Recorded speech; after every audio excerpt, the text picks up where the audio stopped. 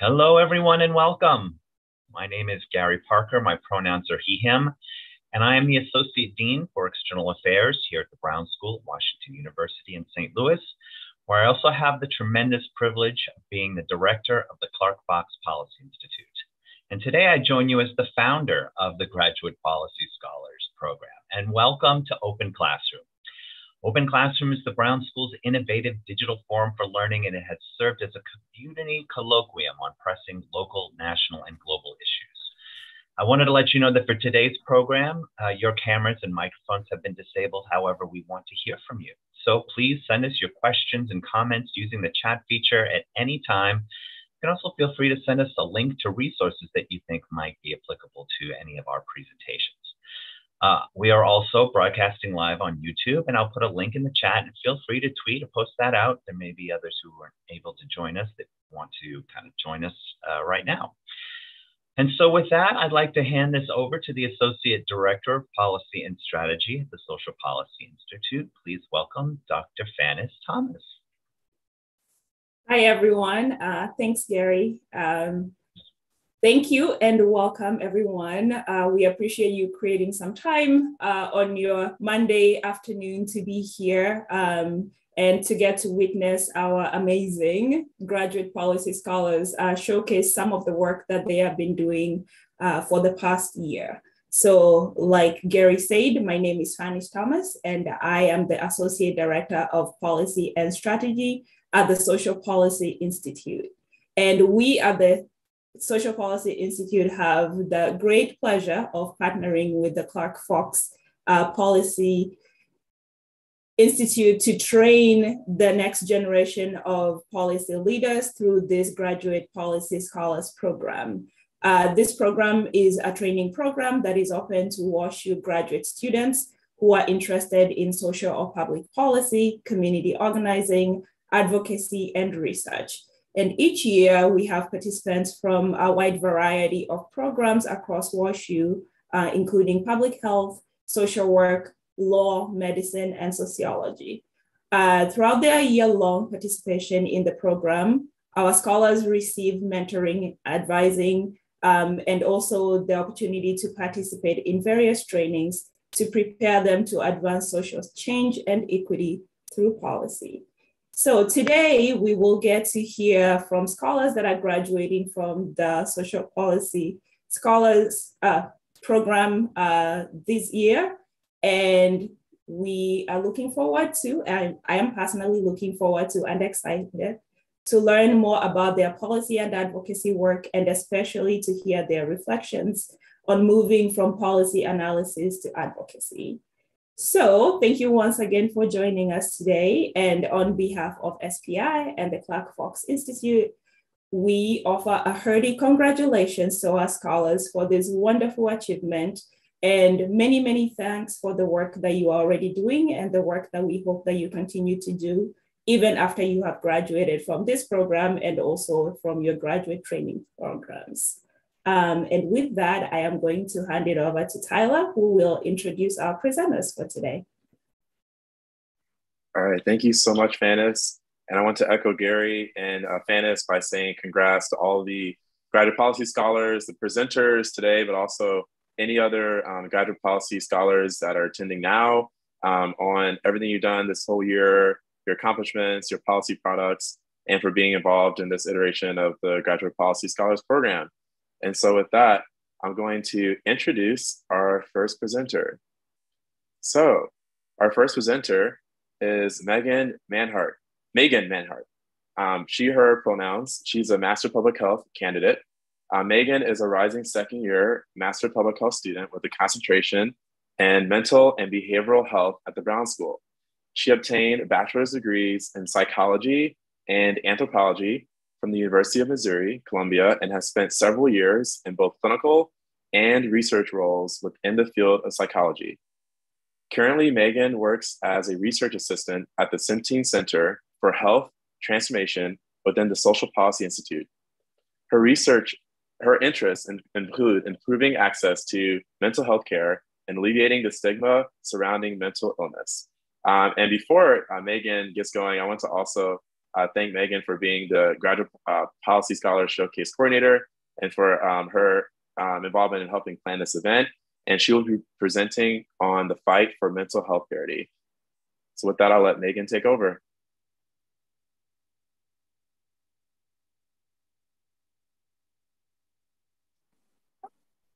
Give me 1 second to get situated here.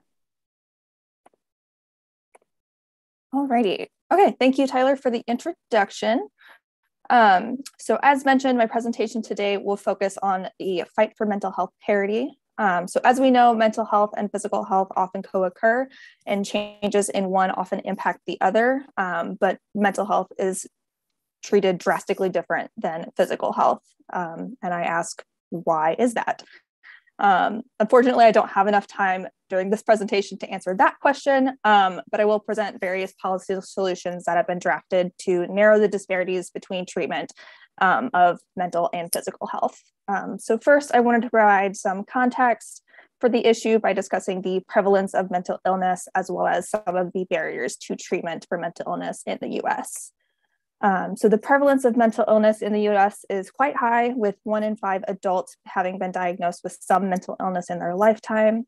However, despite the high prevalence of mental illness, only 50% of white adults, 34% of Hispanic adults, and 33% of African American adults receive treatment or counseling. So obtaining mental health, is it showing the next slide? Yep, there we go. Okay, sorry. Obtaining mental health care is incredibly important to maintaining a positive quality of life. Impacts of leaving mental illness untreated may include decreased socioeconomic status, decreased family functioning, increased risk for suicide, increased symptom severity, among others. So these low rates of mental health care utilization are in large part due to the costs associated with receiving care. As evidenced by the graphic on the slide here, 2 of the top 5 barriers to receiving treatment as identified by patients are could not afford cost, and healthcare does not pay, or health insurance rather, does not pay enough for mental health services. Another report showed that 1/4 of patients did not receive care due to cost, while 1 in 10 said that insurance did not cover their care. Additionally, there have been several instances of families going into hundreds and thousands of dollars in debt as a result of paying for services out of pocket because their insurance has limitations on coverage. So this is where mental health parity steps in. So mental health parity laws seek to mitigate issues related to a lack of treatment due to cost of care and discrepancies between types of insurance coverage. So essentially, mental health parity ensures that individuals with health insurance have equal access to both mental and physical health care. So restrictions or violations of mental health parity often made by insurers include higher costs or fewer visits for mental health services than for physical health services, additional permissions or required criteria to meet coverage, limited access to in-network providers, or lack of coverage for residential services for both mental health and substance use services. So over the past 2 decades, several parity laws have been implemented, beginning with the Mental Health Parity Act of 1996. This act restricted large employer-sponsored group health plans from implementing higher dollar limits for mental health benefits than those for medical services. However, significant gaps and loopholes still remained. In 2008, several of, I think I skipped one. Just kidding. Sorry. So in 2008, several of the existing gaps in parity were addressed by the Mental Health Parity and Addiction Equity Act, which mandated that insurers who cover mental health services, 1, must also cover substance use services, and 2, coverage for these services could not differ from that which are offered for physical ailments. So the Affordable Care Act, commonly referred to as Obamacare, went one step further and broadened coverage to small group insurance markets. So the ACA also mandated that all insurance plans must offer coverage for mental health and substance use services. So as a result, access to mental health care improved for millions of Americans. But despite the successful passage of all of these previous laws, implementation efforts have fallen drastically short. So as of 2020, the national mental health parity landscape looks rather bleak, with almost all states achieving a grade of C or lower in their implementation of parity efforts.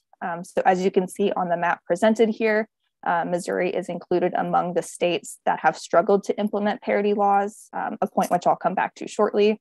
So clearly there is still work to be done. So what can be done? The presence of these laws alone does not mean that people will follow them, clearly.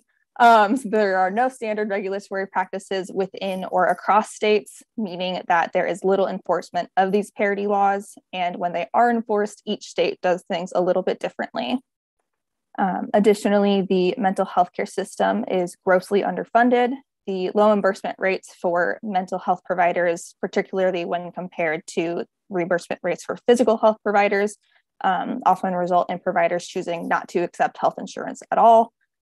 This is also a result of the lack of funding and manpower to implement parity laws.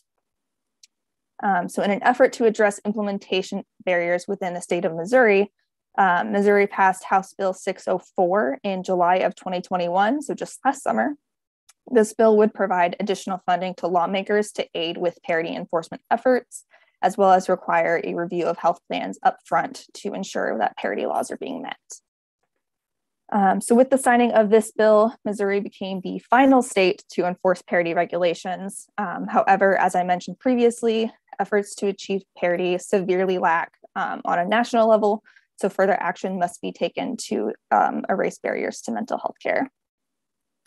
So HR 3753, the Parity Implementation Assistance Act, hopes to further take necessary steps toward realizing mental health parity. So this bill was introduced to the Federal House of Representatives in June of last year, and there's also an identical bill in the Senate that was introduced also in June of last year.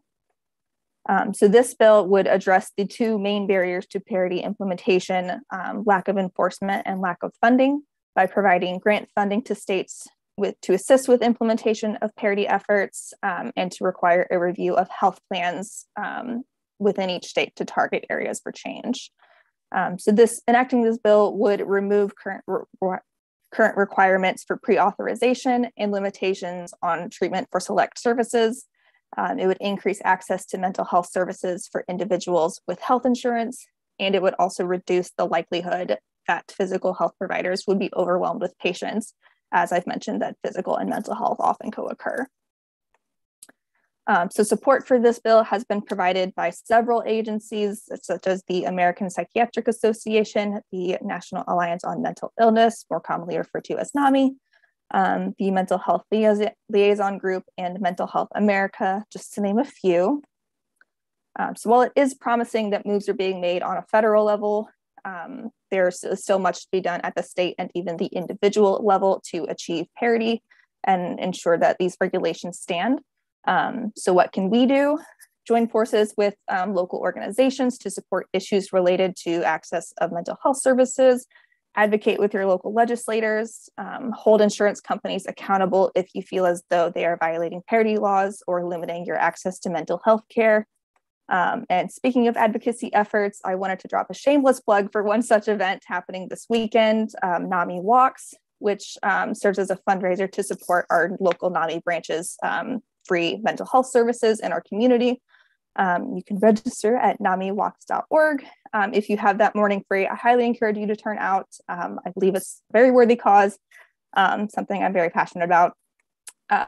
So mental health is equally as important as physical health care and should be given the attention and support that it deserves. And it is up to us as constituents to push the issue with our legislators, and we must hold our leaders accountable. Thank you. That is all I have. Thanks so much, Megan. That was great. And also, I appreciate your call to action. These are very important issues. So thanks so much. Learned a lot. And so next, we'll introduce the next presenter. So I'm going to share my screen.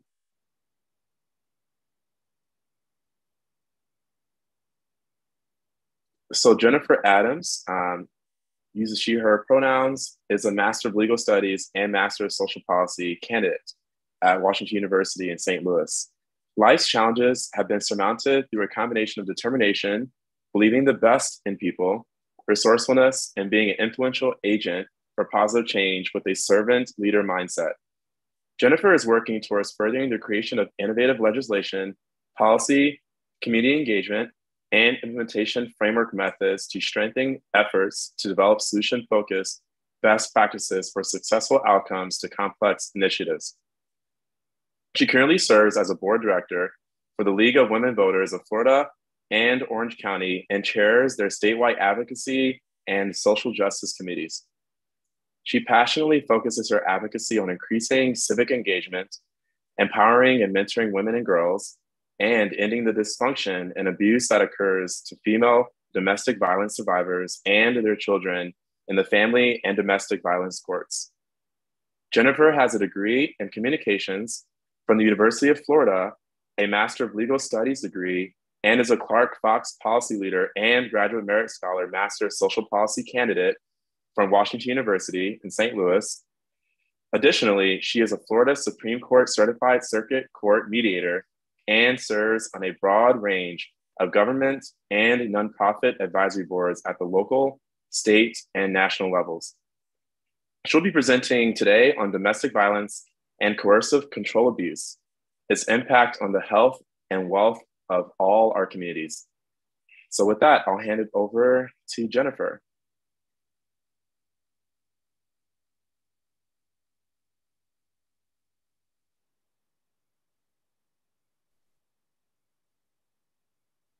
I'm not able to start my video. I don't know if you can hear me or not. I can hear you, but don't see your video. It says the host has stopped it.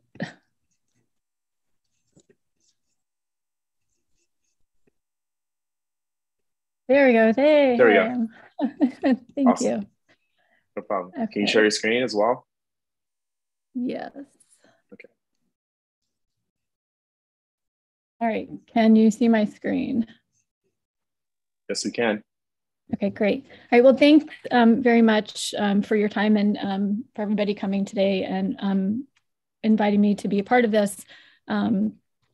I am, like you said, here today to talk about the furthering efforts and the importance for doing so with adding coercive control acts to legislation throughout our states, and by doing so, how it will help improve not only the health, but also the wealth of community states and countries that do so.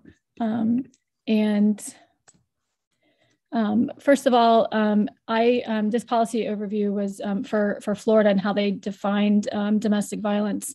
But as it applies to everyone, that every person has the right to live a life that's safe and free of violence. Yet 1 in 4 women and nearly 1 in 10 men in the United States experience domestic violence, which includes many forms such as physical, sexual, cyber, financial, verbal, and emotional. And in the United States, domestic violence is a systemic public health issue that we have not yet had the properly invested in or made a priority to eradicate, yet have the ability to prevent. And so this initiative was regarding looking at a 3-month span with a community in Central Florida and looking at some key performance indicators regarding mental health care, substance abuse, the family and domestic violence courts, Department of Children and Families involvement, and housing and financial insecurity.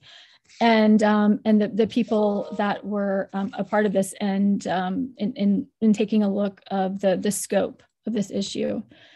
And what was determined was that taking a socio-ecological framework and approach and looking at the adverse impacts on children and through studies such as the ACEs studies, adverse childhood experiences, is that by looking at the adult substance abuse and it being substantially high and yet not being treated to, by focusing on this and the low mental health care and high substance abuse trends, that this would greatly help to improve and protect children as well as victims to stop this cycle of abuse.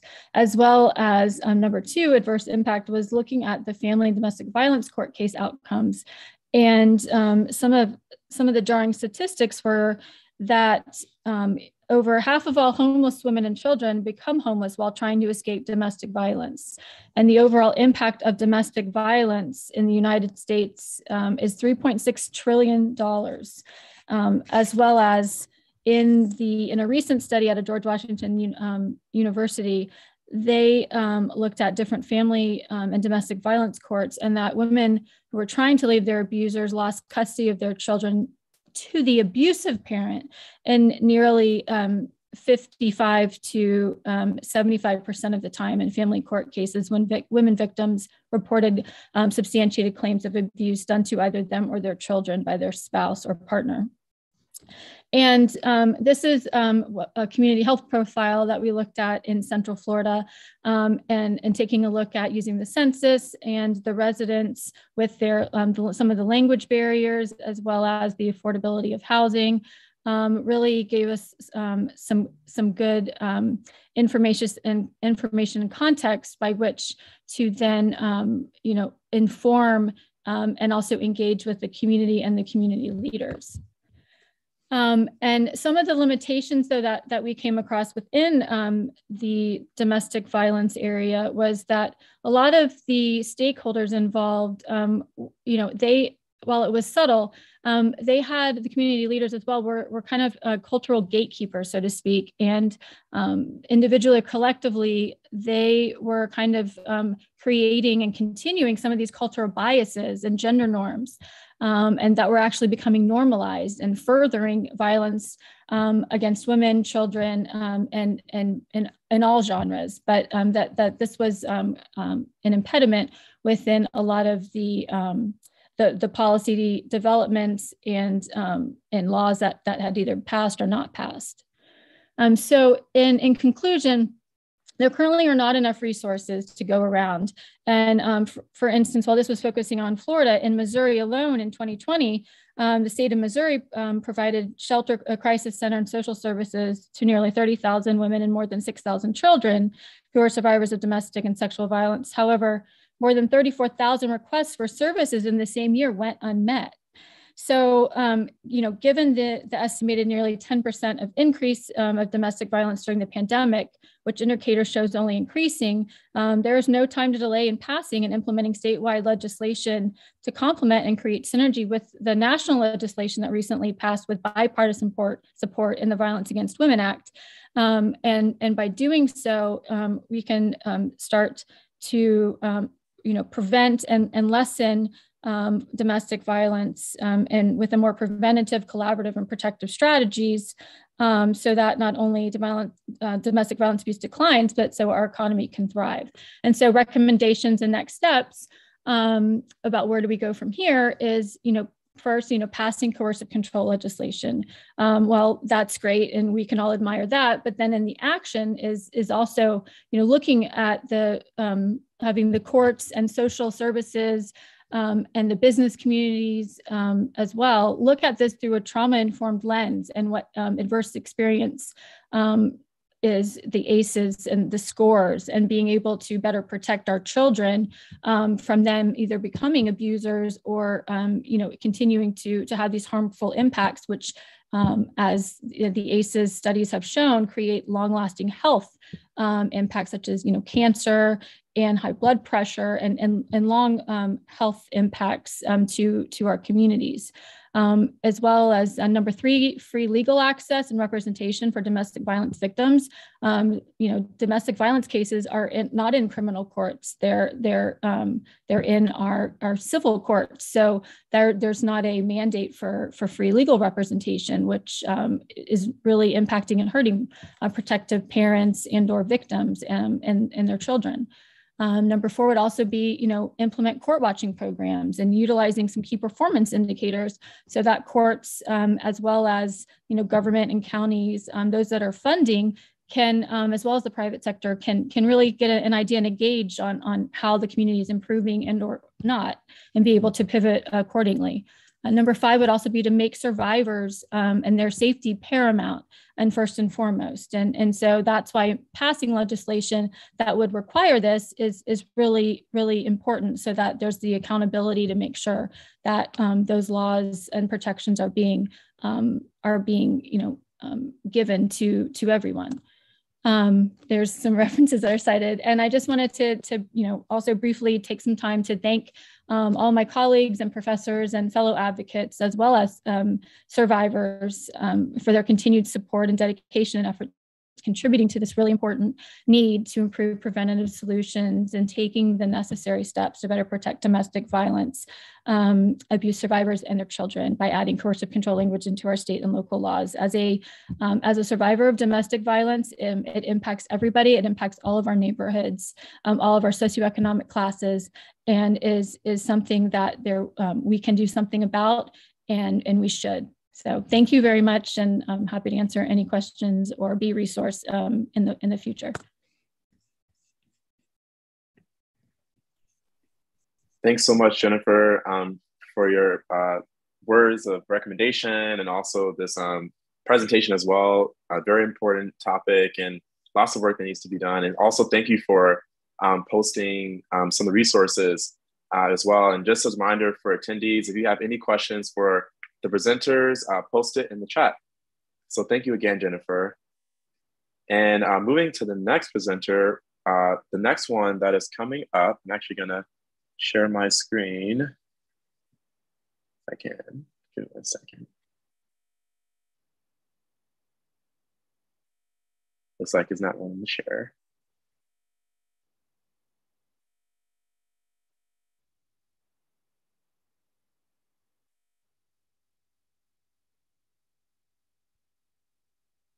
Sorry about that.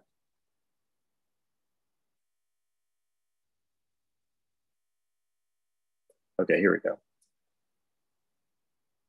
So the next one that is presenting is Ali Martinson.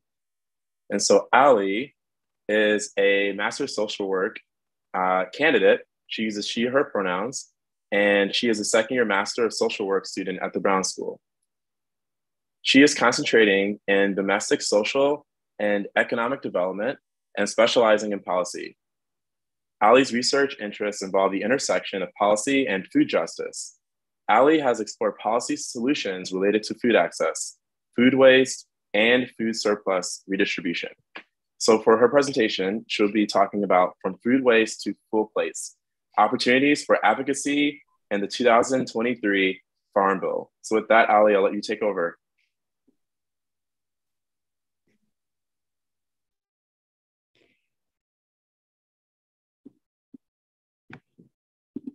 Sorry, just 1 second. Thank you so much for that introduction. Okay, here we go. I will be presenting today on opportunities in the 2023 Farm Bill to reduce food waste and increase food surplus redistribution. So before we dive into the Farm Bill, I wanted to provide a brief bit of background on food loss and food waste. First, food loss and waste refers to food that is left unsold or uneaten along the food supply chain, and this can happen anywhere from harvest to fork or consumption. Food surplus, on the other hand, is a term that exists under the umbrella of food loss and waste, and it refers to food that is also left unsold or uneaten along the food supply chain, but is safe and edible for human consumption. It's important to note that food waste is a global problem, but it is also distinctly an American one. The United States alone wastes 80 million tons of surplus food each year, and a majority of that food ends up being sent to the landfill. Despite the magnitude of the problem that I just described, combating food waste is often seen as a triple win for the environment, the economy, and society at large. Food loss and waste represents an inefficient use of land and water resources. And furthermore, food decomposition at the landfill further releases greenhouse gas emissions such as carbon dioxide and methane, which is harmful for the environment. Regarding the economy, food surplus is associated with a $408 billion loss in revenue in America annually as farmers, manufacturers, households, and other businesses grow, process, transport, and dispose of food that is never eaten. That said, business experts often do see a $14 return for every dollar invested in food waste infrastructure, and they have found that the largest returns are often seen with restaurants. Finally, I just wanted to touch on the societal importance of redistributing food surplus, which again is food that is safe and edible for consumption, yet is left uneaten and thrown away. We live in a nation where there are millions of adults and children who go to bed each night hungry, and redistributing food surplus to those in need could be considered a moral imperative. The United Nations has recognized food as a universal human right since 1948, which sets a precedent to take action on this issue. I wanted to provide just a brief visual of the food waste or food recovery hierarchy, which is a tool created by researchers and has been adopted by the Environmental Protection Agency. Sorry if you can hear an alarm in the back, adopted by the EPA to visualize best practices regarding food waste. As you can see, next to eliminating waste at its source, feeding hungry people, that is redistributing surplus food, is seen as the next best option. And that brings us to the Farm Bill. The Farm Bill was first enacted in 1933 as a way to stabilize the food and agriculture sector following the Great Depression and the Dust Bowl. It has been roughly reauthorized every 5 years since. And you can see on the graph to the right, the Farm Bill projected funding in billions. The last time the Farm Bill was reauthorized was in 2018. And for the first time, the Farm Bill included provisions to combat food waste, which represents a monumental change in our nation's approach to handling food waste. In 2023, the Farm Bill will be up for reauthorization, which provides unique opportunities to continue to combat the issue. I have identified 5 key recommendations that I will touch on shortly that can be used to encourage food redistribution in the 2023 Farm Bill. These recommendations have been heavily adapted from a food waste policy action plan released this April. The first recommendation to address food waste is by launching a national food waste education and awareness campaign that uses well-tested messaging to target the behavior that causes food loss and waste. Another goal of any public campaign should be focused on cultivating a cultural movement against food waste and using the food waste hierarchy to promote food redistribution. Another key policy recommendation is to create national labeling standards for food products. Right now, states have wide discretion regarding how food is labeled, and there is no mandated national standard, which can create a lot of confusion when it comes time to donate surplus food. Researchers advocate for dual labeling, which includes one label to indicate quality and one label to indicate safety to provide some increased clarity around food donation. And Ellie, sorry to break in. We're only seeing your title slide. Would you be able to double check if your slides are advancing? Oh no, it looks like they have been advancing. Let me try resharing. I'm so sorry about that. It's okay, things happen. But now it looks like just now before you stop sharing, we're able to see the next 3 to 4 slides. Let me on our end. See, I'm so sorry about that. No worries. That's the era of Zoom. Okay.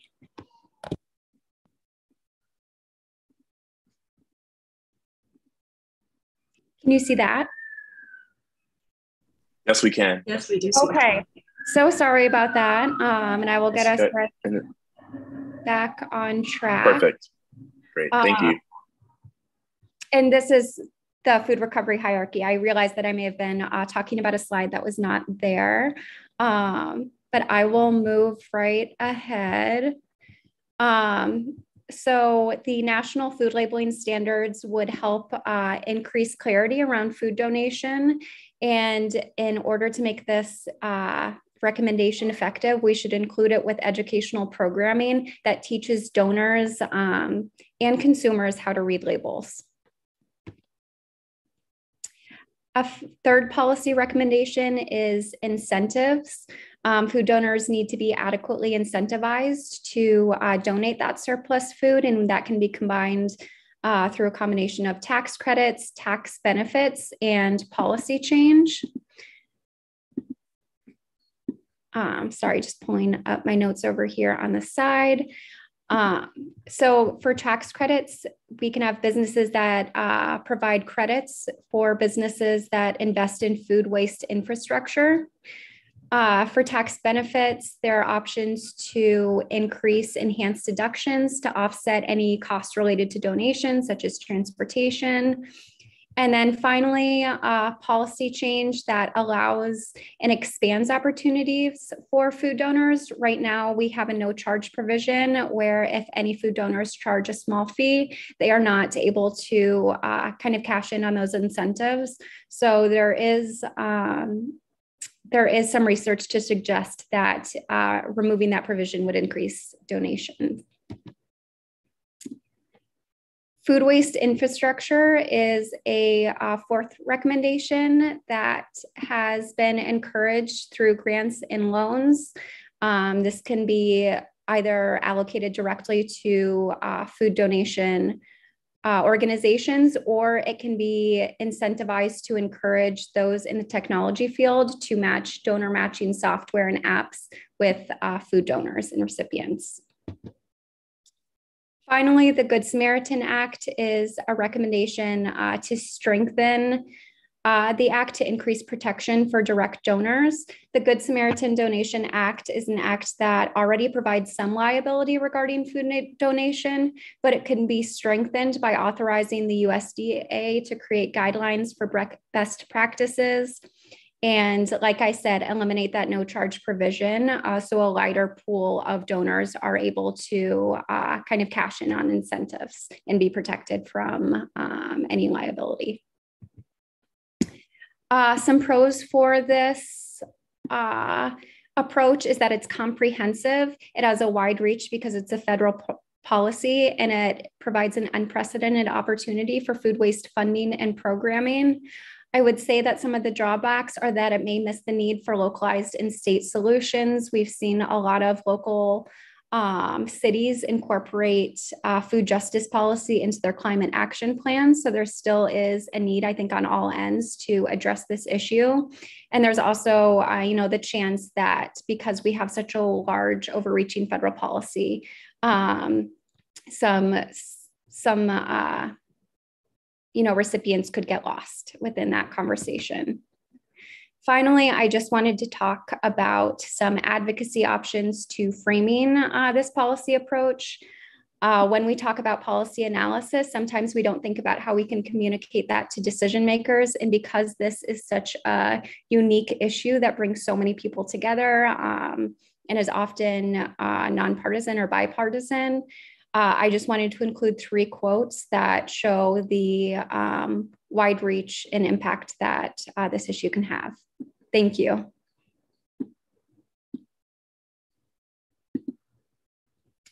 Oh no, and I just saw the slides are not advancing again. Yeah, the last few weren't showing, but we did get some of the slides in though. But thank you again, Ali, for presenting.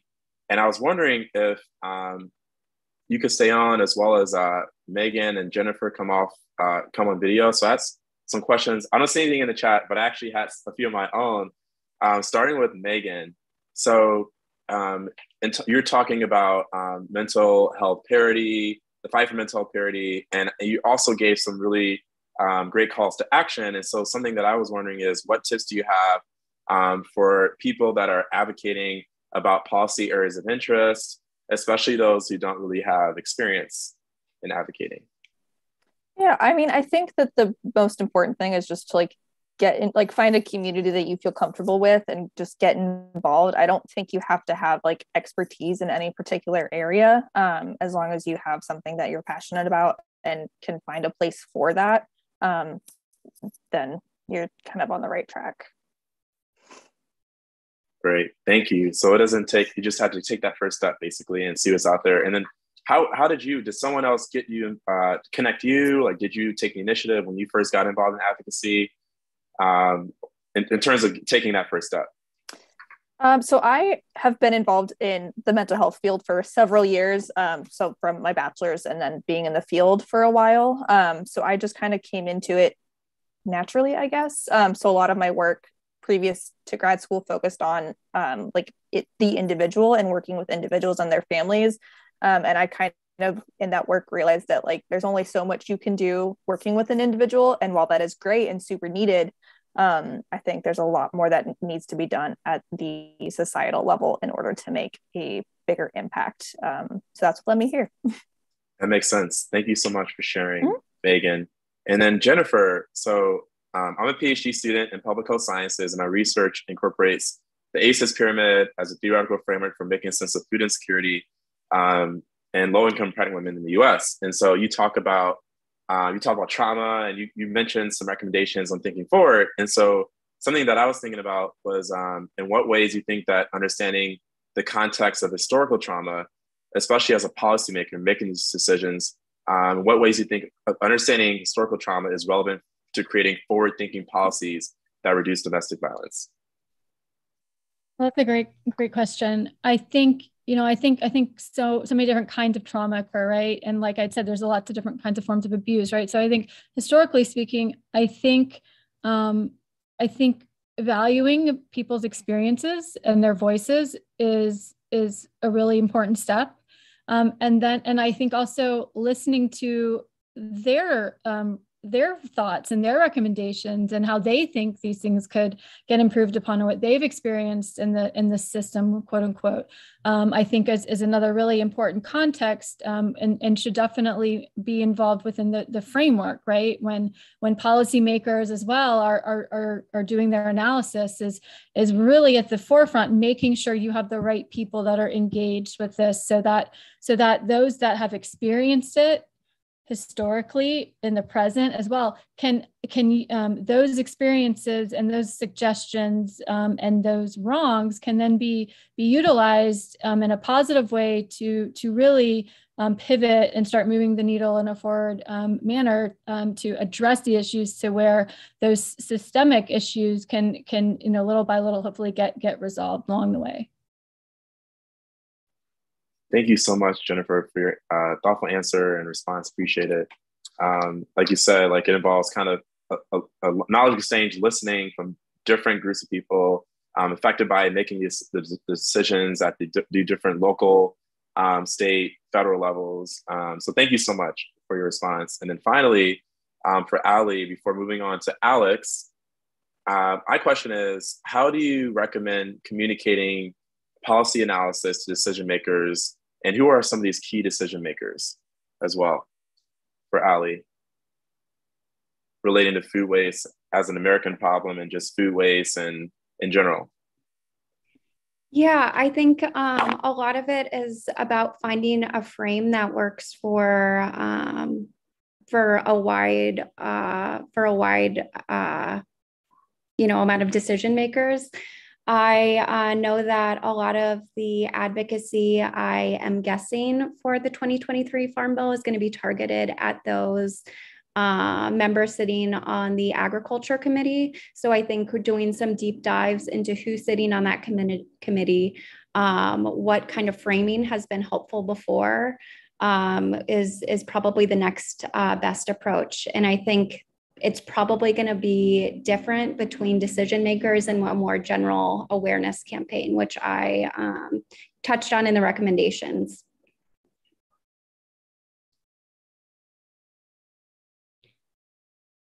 And you see the question. Great. A question in the on the scale is a uniquely American problem. Are there countries we could use as a model as we strive to solve this problem?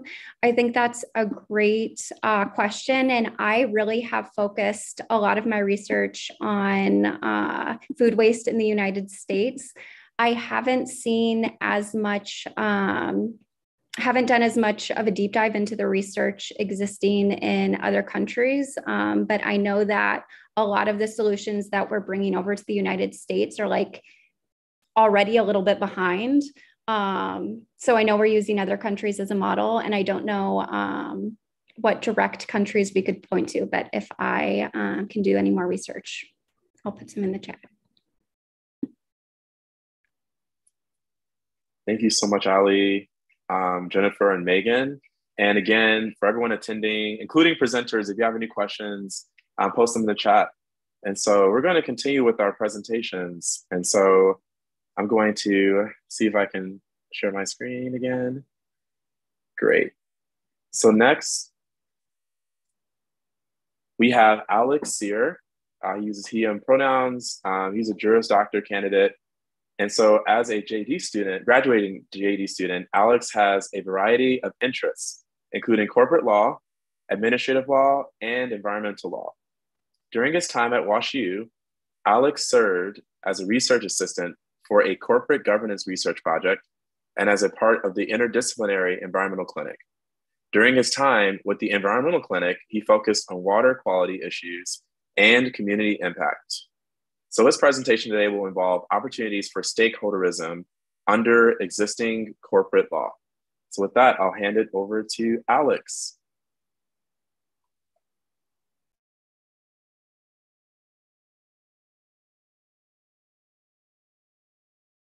And you're muted as well.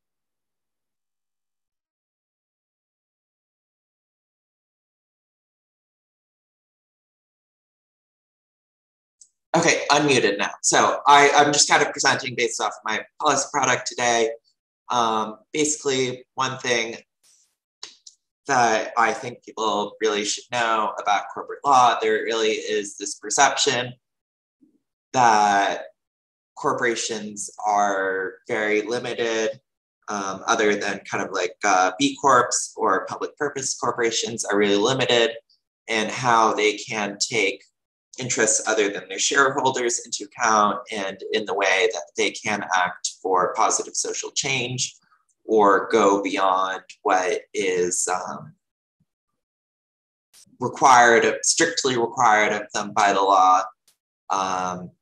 And I think it's important for people to know that really partially, even where there is like a legal duty to maximize interests of the shareholders, the legal system is really not set up to second guess those decisions or have judges step into that position where they're saying, really, this is what would have been best for the company. And so in practice, corporate leaders and executives have a lot of ability to act for the good of the community. And so one case that's really used to illustrate that is that, you know, a fire hydrant manufacturer donated some money to university, and some of their shareholders sued and claimed that that was not legal because they were essentially alleging that the company was wasting corporate resources that should have gone to the benefit of shareholders. And so really what happens in these sorts of cases is that corporate counsel is really able to bring up any sort of way that it could have, that the donation could possibly have helped shareholders. And if they can't come up with something, the court will come up with something. And so it really has to be outrageous for there to be any sort of shareholder claim that their interests were not adequately served. And so in this case, it came down as, oh, you know, they were making sure that there would be enough university trained administrative personnel available, even though they didn't really hire many or any Princeton graduates. They said that, oh, this was necessary to sustain democracy. This was fighting communism. This was the mid-1900s, so 40s, 50s. So Cold War, that was something people were doing. But I think it's pretty clear just from the facts of the case that donating $1,500 to Princeton would not really produce $1,500 worth of benefits to the corporation's shareholders in sustaining democracy or fighting communism, whether or not you believe that fighting communism was in the interest of shareholders. But basically what this shows, and in 1953, but because of this and similar cases, what it shows is that corporations and corporate executives really can make these donations and take these actions in order to benefit a university, or really make these gifts because they think it's a good thing for the corporation to do, and not because they think it will really benefit shareholders to a real extent. And so what I'm arguing in this op-ed is basically that there's an opportunity for corporate law to make some slight adjustments to make it clear that, to allow corporate executives and other leaders to be clear that this is what they're doing, that they are making public spirited donations rather than pretending that they are donating to university to fight communism, and really just be more open about the ways in which they are acting to benefit the community, because this way it can be a lot clearer what they're doing, why, and whether or not they are actually successful in serving the community, rather than trying to assess any kind of fake goals that they may have presented in order to justify their actions.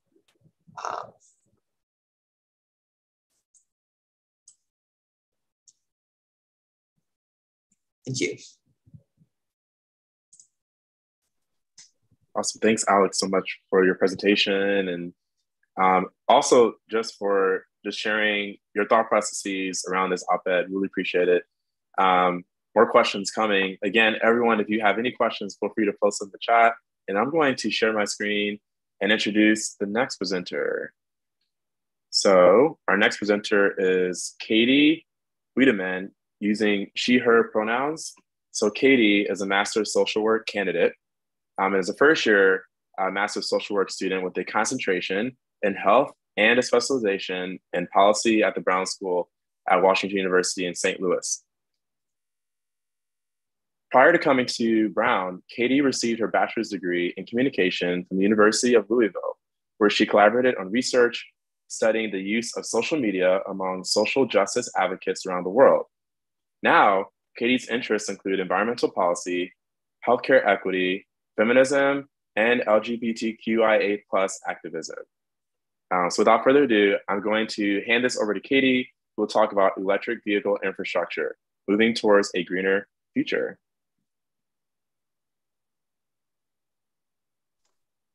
All right, thank you so much for that introduction. Let me share my screen.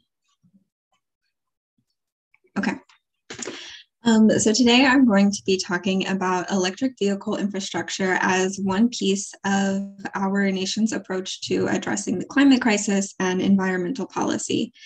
Environmental policy, to me, really is something that needs to be advocated for through multiple different avenues.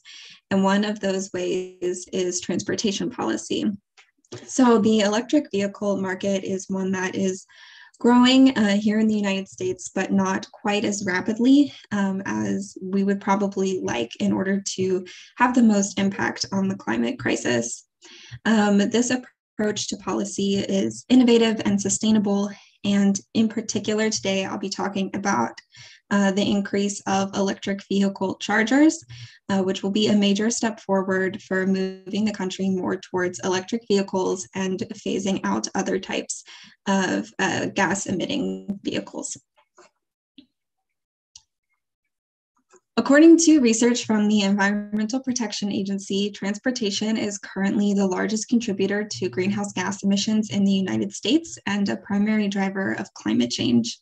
As we can see here, it's currently around 27.3% of all of our nation's greenhouse gas emissions. And so therefore, if we are looking to have a significant impact on reducing that number, it's really important to target transportation in particular.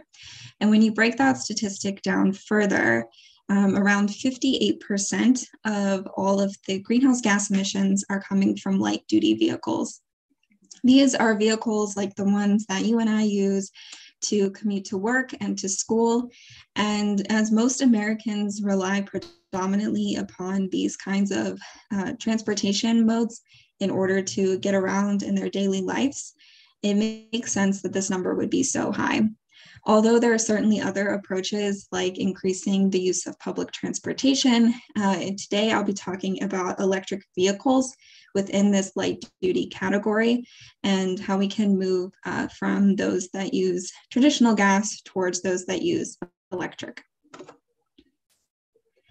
However, currently only 7% of Americans have an electric car as of the most recent statistics.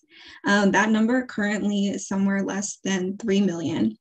And on average, most people who do have these electric cars are predominantly concentrated in urban and liberal leaning areas, particularly along the East and West Coast.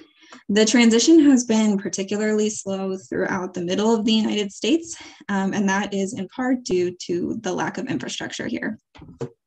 Around 39% of Americans are currently only likely to consider buying an electric car the next time they have to make a purchase. And some of the barriers include concerns about driving range, lack of infrastructure, and the cost of this purchase. Most Americans will drive around 30 miles a day, but of course, many Americans, particularly those in rural areas, do travel much longer distances, especially because of the traditions in America around road trips and taking these long drives. Many people are worried about their ability to make those long distances without having electric chargers readily available. While the technology behind electric cars has expanded to where most cars can last for around 200 miles for every one charge, the infrastructure is not there to support it at the same pace that the vehicles are developing themselves. And so how this relates to policy is that in order for us to make this transition as a country, we really need to look at infrastructure, because as consumers are pointing out themselves, the lack of infrastructure is a significant barrier to the proliferation of electric cars here in the United States. And if we're going to do anything about greenhouse gas creation and reducing the amount of greenhouse gas that comes from two of the biggest sectors, light duty vehicles and transportation in general, we have to solve this barrier. So Americans must be given the peace of mind that having an electric car is supported by infrastructure, and also that this is a possibility regardless of where people live, not just on the coast. According to recent estimates, the United States will need around 1.25 million public charging outlets by 2030, which will require an investment of around $30 to $50 billion. This goal is based on the projected goal for the United States in general to increase light duty vehicles to 44 million, which is a significant increase. We're currently only at 3 million, but there is a lot of investment going towards increasing the amount of electric cars on the road. But of course, if you increase the amount of cars on the road, people will also need some place to charge them. Currently, Biden's American Jobs Plan and the most recent infrastructure bill that was passed is only set up to establish around 500,000 chargers and only invest $15 billion. And while that certainly will make some sort of impact, it is not near the amount that is needed in order to really push this plan across the United States and meet the needs that will certainly be caused if we do have the growth that is anticipated.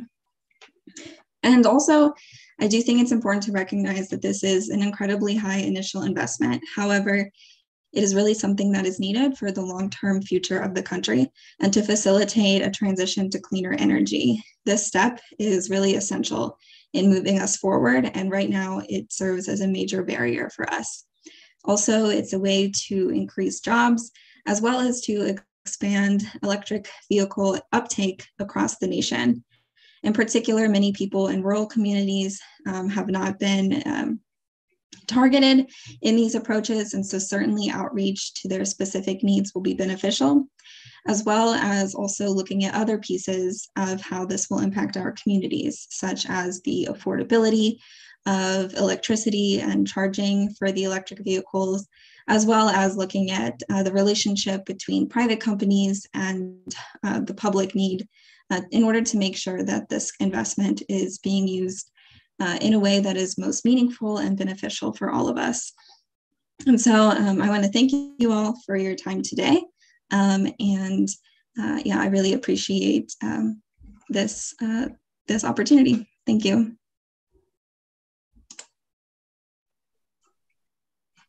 Thanks so much, Katie, for this timely topic and presentation. Really appreciate it. And then last but not least, we'll have our final presenter and then another round of Q&A. So if there are any other questions, post them, and you'll also have time after the next presentation to ask them as well in the chat. So finally, we have Aubrey Zimmerling using she, her pronouns. So Aubrey is a Juris Doctor candidate as well, and she is a rising third-year law student at the Washington University School of Law. Prior to law school, Aubrey taught middle and high school math for 7 years, primarily in underserved communities. As she transitions into the legal field, Aubrey wants to continue investigating the indirect and often overlooked connections between public education and other policy arenas. So with that, I'll kick it off to Aubrey, who will talk about our opportunity zones providing the right opportunities. All right, thank you. So this presentation is basically a seminar paper that I wrote for my tax policy seminar class this semester, and it's distilled down. So it's going to be kind of just a crash course in place-based tax policies. So buckle up and here we go. So basically, what is a place-based policy? Our tax system uses a variety of policies to address economic inequities. One of the most common ones are person-based, where you provide aid or opportunities directly to a person. So something like the earned income tax credit. And this is delivered regardless of where that person lives. A place-based benefit, on the other hand, tries to target a distressed community, geographic location, and then create opportunities for residents in that geographic region. And if at any time the slides are not moving forward, please let me know. So the most recent form of place-based tax legislation in the US is the Opportunity Zone program, and that was enacted in 2017. And basically the gist of this program is that you're trying to incentivize private investment in property that's located in these opportunity zones, which are designated economically distressed communities. And then your hope is that these investments spur economic growth, and then those taxpayers that made that investment get a tax benefit.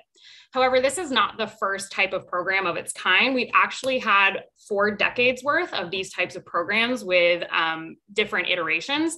So working backwards, we have the opportunity zones that were enacted in 2017. Its predecessor were the new markets tax credits enacted in 2000. Its predecessors were the empowerment zones and enterprise communities in 1993. Its predecessors were a full decade of state level programs enacted in the 1980s. And its predecessor was this enterprise zone concept that was developed in the UK in the late 1970s. So after that concept developed in the UK in the 1970s, it made its way to the US. There were a lot of attempts to enact federal legislation in the 1980s that failed. So the states took up the mantle and created their own programs. Some of them are done, some of them are still going, but it finally made its way into federal legislation in 1993.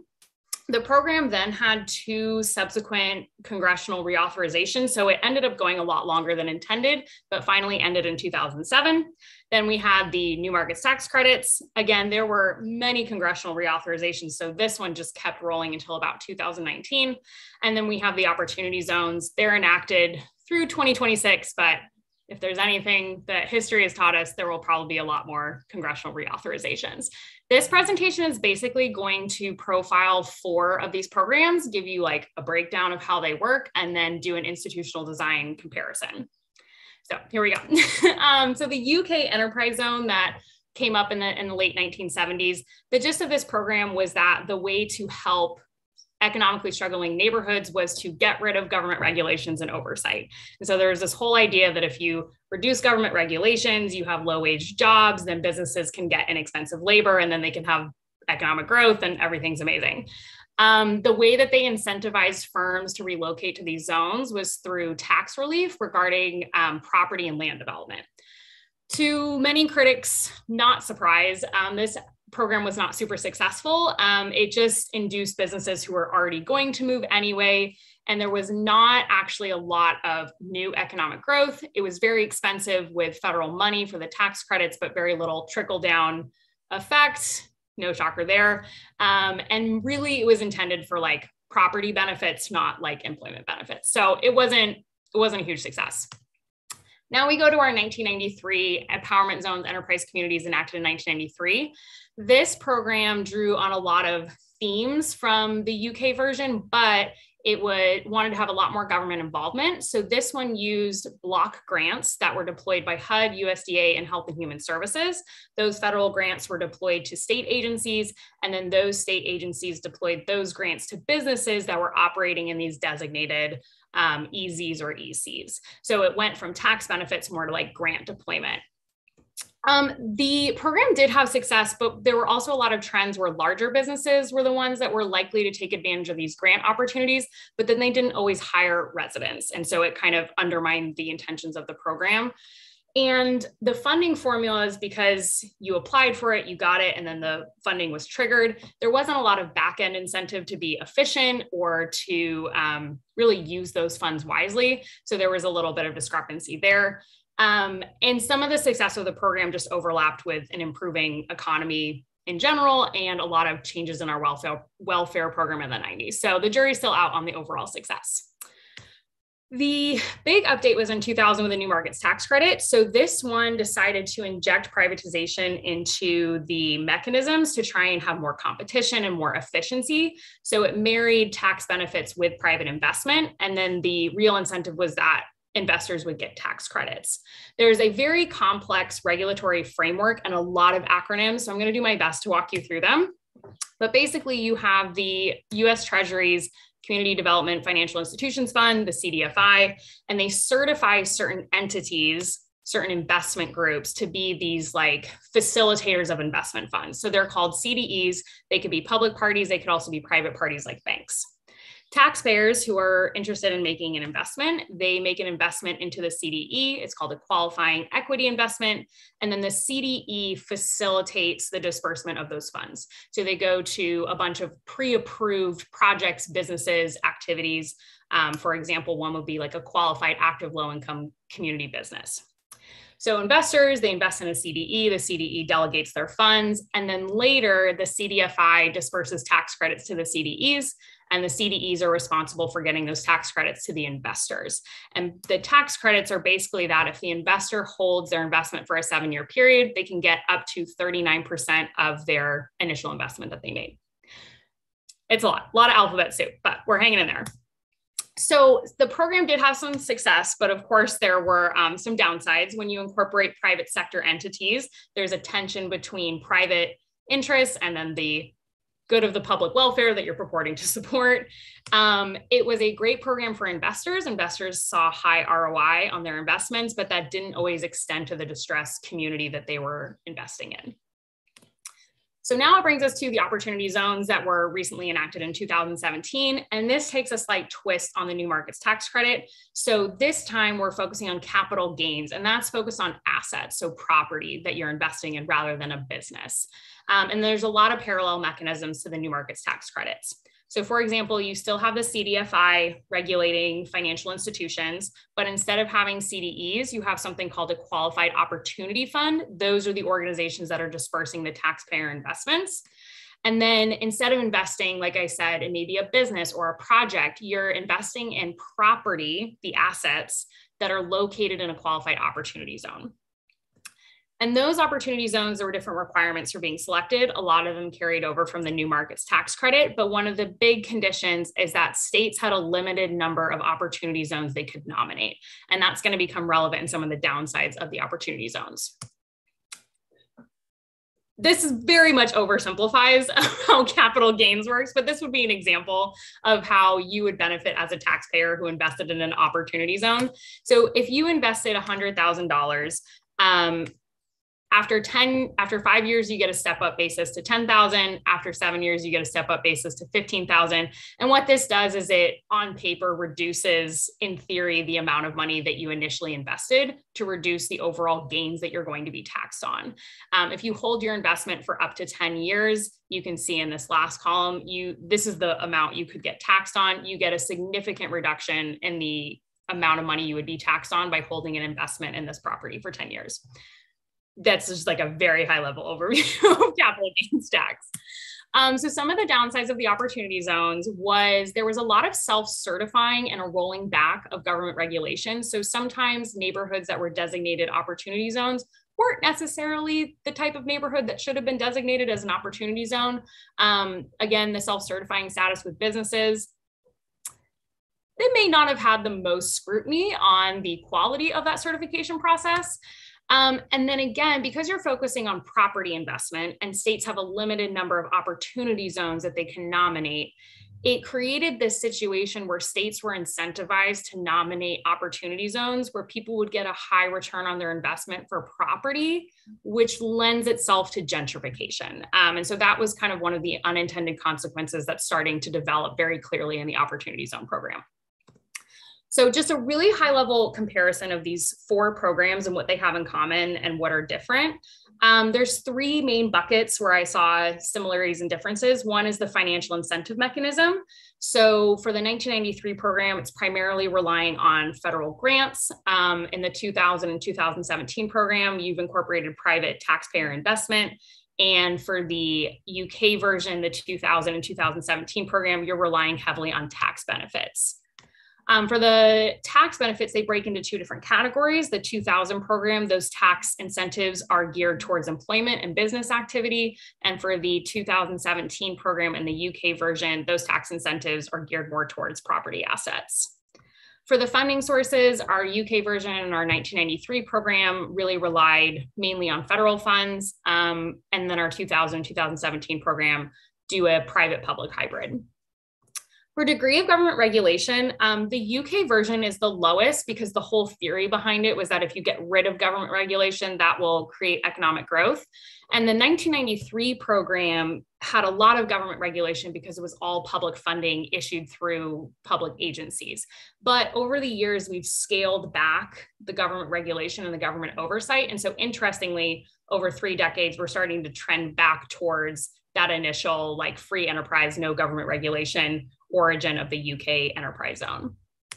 All right, last slide, we've made it to the end. So what are some ideal components that we should be looking for in place-based tax policies? One is that you should have private investment, but you do need to have increased government regulation. You need to make sure that the private investment is actually creating the positive externalities that you want from the program. And to also keep in mind that most of the investors are sophisticated taxpayers, so they have the wherewithal of the resources to manage administrative burdens that maybe a person-based policy, doing a low-income tax credit or an earned income tax credit where you wouldn't want as many administrative burdens. But our taxpayers in these types of programs can handle it. The other one is to prioritize activities over assets. So when you concentrate a tax benefit in an individual, like a landowner or a property owner, the residents of that geographic area aren't always reaping the benefits of the tax policy. And those tax benefits should be tied more closely to employment, hiring practices, business activities, rather than the value of a property asset. And finally, assets, there should still be property investment, but we want to make sure that those projects are providing high use value to low income residents. It's not very helpful to hire residents to do construction on a bunch of housing that no one can afford the rent of. It's not very helpful to hire a bunch of residents in a new grocery store chain that no one can afford to shop at. And above all, a theme that I saw kind of missing in a lot of these programs is incorporating policies that are actually addressing the root cause of geographic inequity, which is disinvestment, the systematic abandonment of property. Because if you aren't really incorporating those priorities or those policies into your tax policy, the question really does remain, who is really being empowered by these policies, who is actually having access to these new markets, and who is actually being provided an opportunity. All right, thank you so much. Thanks so much, Aubrey. Another timely and relevant presentation, really appreciate it. And then also, I'm gonna follow up with another round of Q&A. And so presenters, feel free to put your video on if you want. I know there is a question in the chat about Katie. Actually, I have a question for Katie too. Before getting to Katie, I wanna ask Alex a question. So what advice would you give to lawyers in training and young legal professionals about advocating for open stakeholderism in their careers? I think that one of the things that I would really push people towards is realizing that in the end, there's been a lot of publicity around the idea of a B Corp or a public benefit corporation, different names for the same thing, but they're not really substantially all that different from a regular corporation when you get down to the reality of it. So really anything you can do with a B Corp, you could probably do without one. And so just understanding that a lot of those distinctions that were kind of generated to make headlines about, oh, we're trying to be like a progressive corporate law state, don't really exist. And so to just make sure that I would just make sure that they are looking past those kind of appearances to what the law in practice actually is. Think you so much for expanding. And then I know there are questions for Katie. I'm actually going to start with Megan's question. I think Megan's here, right? Oh yes, Megan's here. Yeah, okay, I'll let you ask your question. So given the barriers that you talked about, Katie, was specifically like the costs and maybe not having the buy-in from specifically like rural residents for electric vehicles. I was wondering if you had come across any research that kind of looked at like comparing implementing this electric vehicle infrastructure compared to just simply like increasing the efficiency of gasoline powered cars, since like that is already the common system, just like how those two compare in terms of efficiency and cost and buy-in, and like would one really be easier to implement than the other, I guess. Yeah, I think that certainly there are fuel efficient gasoline powered options available for cars, and that is certainly a better alternative if we're talking about gasoline. But it does seem that as an industry, electric vehicles are certainly becoming the more of the norm. I mean, we can think about all of the work that Biden has done to really emphasize, partnerships with the industry to move towards electric vehicles. And so I think that that's something that is being promoted more so than the more fuel efficient options. And I think really it's about both, especially in those rural areas where we don't have the electric infrastructure to support it quite yet. We can, advocate for those fuel efficient options, but that's more of like a midterm goal instead of like the long-term goal. Thank you. Thank you so much, Katie. And I have a follow-up question. So you mentioned the relationship between private companies and public need. What do you think is the ideal relationship between the public need and private companies to make steps toward a greener future? I really think there needs to be some collaboration between the two.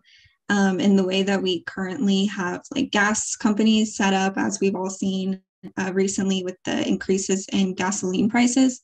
A lot of that has really gone unregulated, and it's having a major impact on the economy and on people as a whole. And so we just don't, I think, want to make the same mistakes that we've made as we move towards electric energy, and making sure that that's still, that's a fair and equitable system, that we create that kind of a system from the beginning.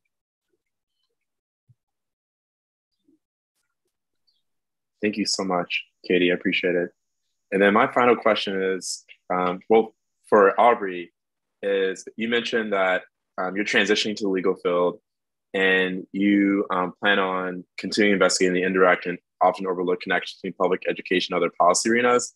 In what ways do you think that people can become more educated about opportunity zones, and like, especially folks that don't have a legal background, like what are good ways to kind of get more educated, get involved, and even advocate, and kind of break those barriers of, and or maybe even like those insecurities of not really understanding legal language as well, but still trying to advocate on some of these issues? Yeah, that is the golden question. I'm not going to lie to you. I mean, I took this tax policy seminar while I took federal income tax, and like just real basic net income tax. And oh boy, I mean, it is a system that is not really intended for the common person to like be well versed in. And so immediately off the top of my head, I'm not actually sure how to make it more user friendly. But that might be something that I like continue investigating going forward. I think the one thing for the often overlooked but intersecting policy arenas that really speak to me is that when I tell people I'm a teacher, oftentimes we think of law like, oh, do you want to do special education law or curriculum? And those are all wonderful things, but we don't think about school financing and how most of schools are funded by property taxes. And that really the differential between the zip code that you're in and the school resources you have is that everyone's getting the exact same funding formula from the government.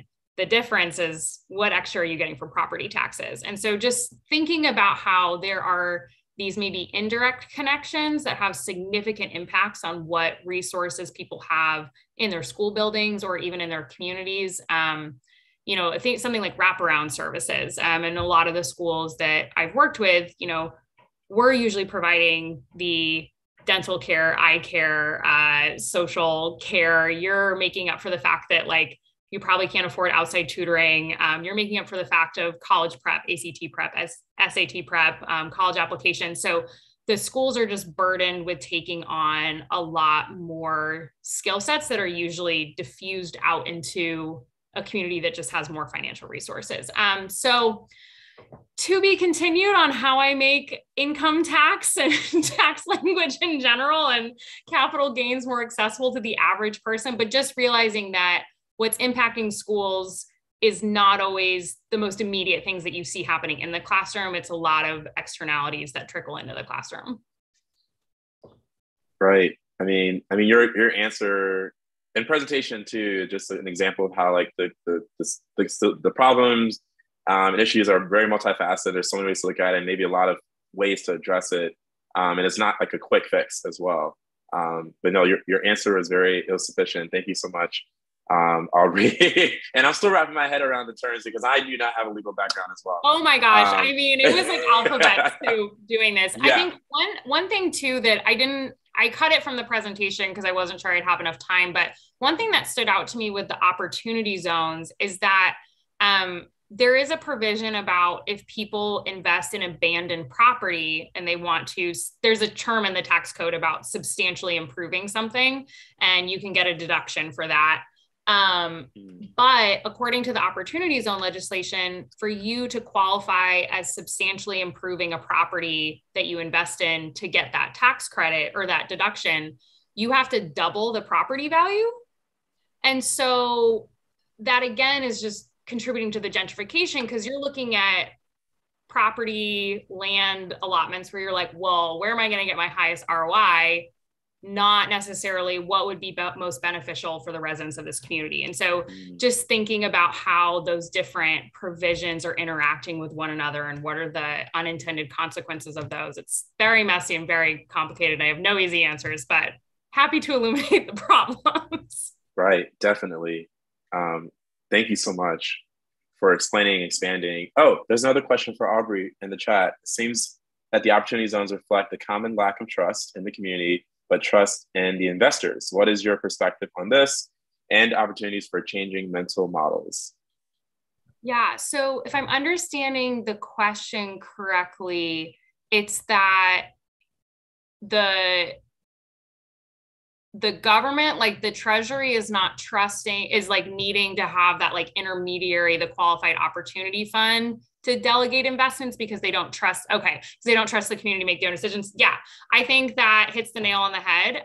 Something that we talked about in our seminar class was that each of these tax policies kind of reflected the political economic theories of the time. So the UK version of like, just get rid of government regulation and it will trickle down, like that was very common in the 80s. I think a big revamp in the welfare system in the 90s really lent itself to these like block allotments that they were using in the 1993 program. The 2000 New Markets Tax Credit, injecting privatization and competition, was, yeah, exactly. It doesn't, it just evaporates into thin air. There were a lot of overlaps for me reading the New Markets Tax Credit with like No Child Left Behind. We need to make this a competitive model because we don't trust people to do a good job unless there's the fear of becoming last and losing, like we need to put capitalism in it. And so the Opportunity Zone, enacted in 2017 against the backdrop of the fiscal priorities of the presidency at the time, was we want favorable treatment for capital gains. We want to give taxpayers the best financial outcome on investing in property. Maybe we don't really care about whether or not it helps the residents of that community. So there's also just been a lot of reflection of what is that like political fiscal policy of the current administration. But yes, there is definitely a lot of mistrust of people not using funds efficiently or properly.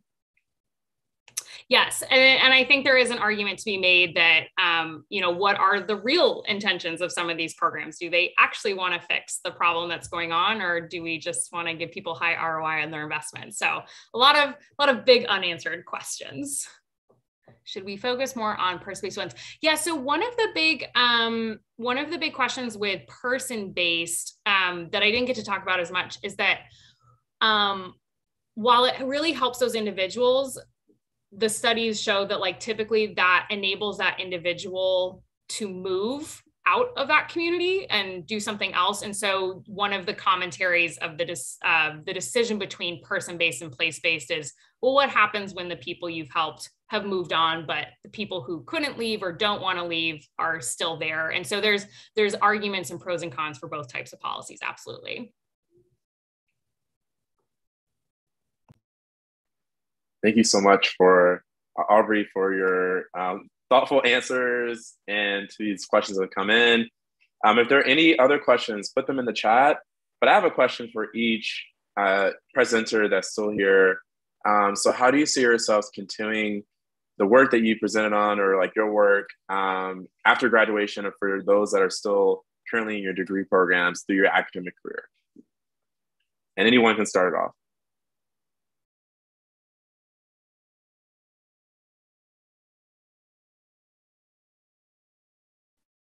I'll go ahead and start off, I guess. So I'm hoping to potentially get involved in policy work long-term. Even actually during my practicum this summer, I have the opportunity to do that as well with the Alzheimer's Association. So a little bit of a different population, but still hoping to gain some of the skills to really focus on advocacy and policy change in the areas of mental health. Thanks so much, Megan. Megan.